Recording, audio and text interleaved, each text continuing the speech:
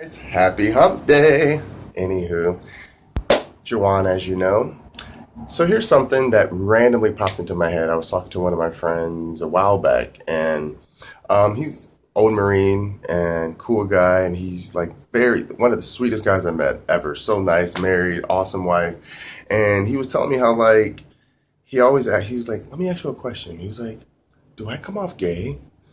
And I felt bad for him in that moment because it's sad that society still makes sensitive men, brilliant guys who just love to read or love culture or might be softer in their demeanor. There are some effeminate men who are straight people. So please remember that when you are deciding that you want to keep perpetuating stereotypes, you're not just hurting the one side when you're saying that all men who are feminine or act this way are gay. You're also putting down and belittling the men who really aren't. They just so happen to be a way that has been associated with a softer man or something that is homosexual. And the reverse of that is I still deal with the reverse opposite of people saying, oh, well, you don't seem like a gay guy. Like, it's getting old. It's getting really stupid that we actually have to sit and explain, like, femininity and masculinity, these are just the type of culture. This is just how you decide to express yourself. It has nothing to do with your sexuality. So why are we still finding ways to put people down? I've seen straight women do it. I've seen gay men do it. And I'm talking to you both in particular, these two groups, because I hear women all the time. If a guy doesn't want you, or if he has more fashion taste than you, or he's in the back, I don't want no man that's in the bathroom longer than me.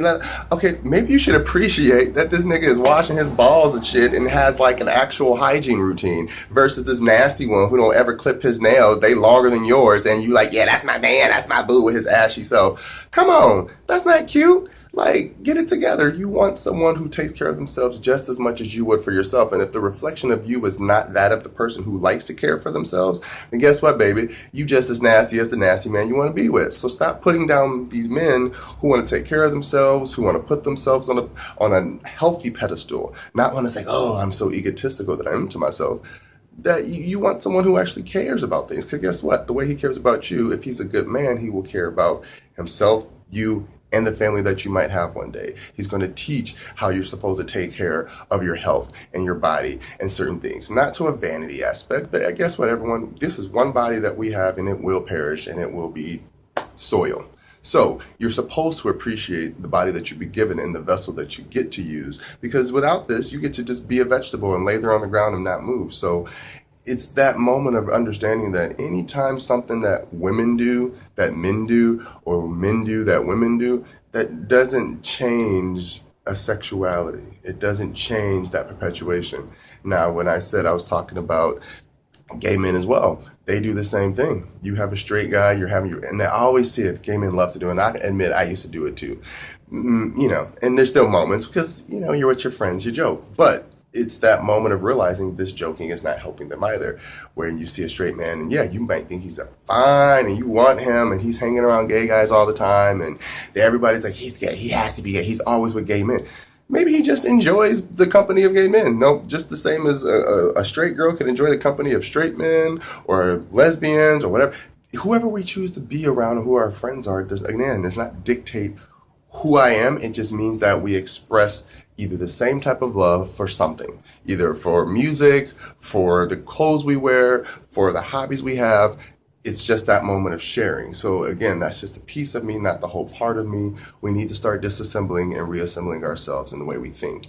We don't want to keep putting all these old dated stereotypes of this is what good looks like, this is what bad looks like, this is how this thing acts, this is how this thing acts.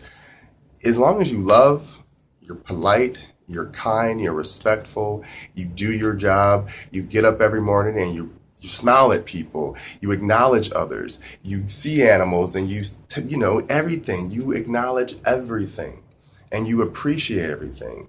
That is someone that you want to aspire to be.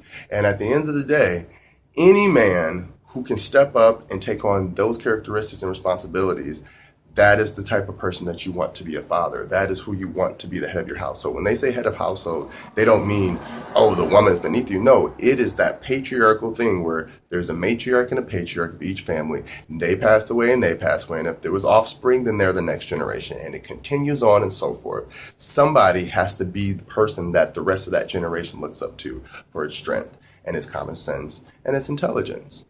All right? So that's all I have for today. Besos. Mwah.